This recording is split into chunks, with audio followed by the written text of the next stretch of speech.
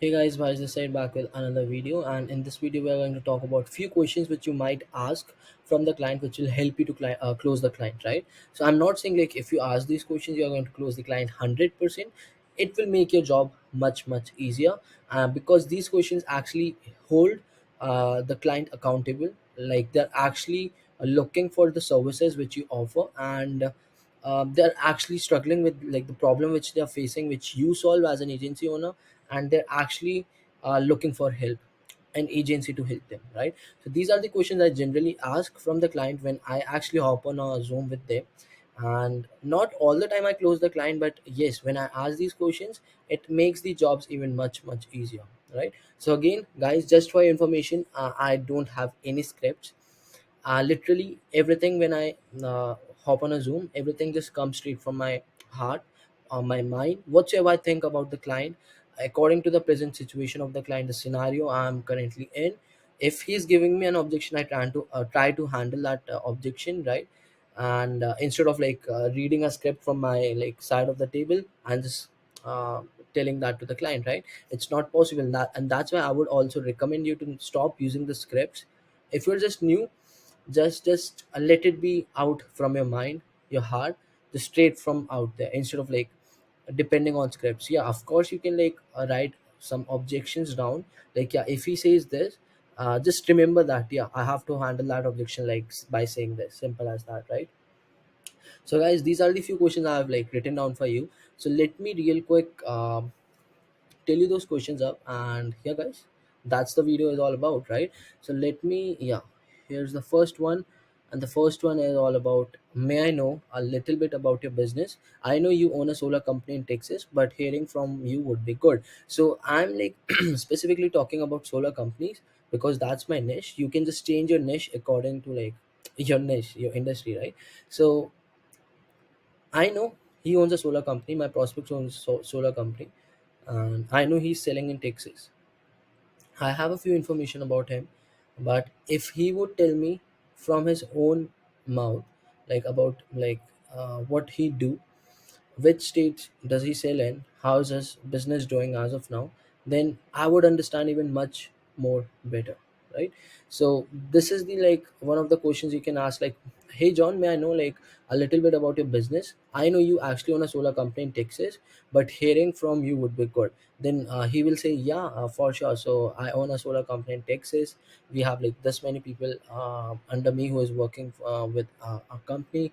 Currently we are generating leads, basic stuff, like a kind of a gist, like what his company does in a nutshell. That's the first question, right? Now the second one is, how are you currently generating leads as well as appointments? So this is like a very important questions if you want to sell the client, and this is where you will use their response to close the client. So let's suppose client says like, we are currently like generating leads, we are door knocking, referrals, uh, but we are not using paid ads, and that's where you comes in, and you're like, it's, you can use that pain point. You can use that like, we call that something, I forgot like what we actually call this things. Actually I learned that from like Grant Cardone training. So yeah, you just have to remember like whatever he's telling, just keep that in mind, and later you are going to use that pain point to close that client, right? So how are you currently generating leads and appointments? So client will just let you know, we are currently generating leads, we are door knocking, referrals. We send out like, we use traditional marketing by sending out like pamphlets and stuff like that, right? So that's one thing, right? That's another questions you might ask from the client. Now another important part is, how many sales are you averaging per month? So I generally ask this question from my solar clients, because if they say like, we are closing more than 5 clients, then I know like, yeah, this client can easily afford us, he can easily pay for our services without thinking twice. If he's doing like less than 5 sales, then yeah, he might face some problem, not problem, but yeah, he might think twice, or give me some objection like, yeah, this is like a lot of uh, fee for me, I cannot afford this at the moment. So that's why you have, before you pitch them your price, you have to ask them like, how many sales are you averaging, right? And if you think yeah, he cannot afford my current pricing, so you can pitch them a little lower. Let's suppose you originally pitched them like $1,500, and Once you get to know like, yeah, he cannot afford 1500, let's pitch him 1000. So you're still closing that clients because you want clients no matter what. You don't have to lose the opportunity, right?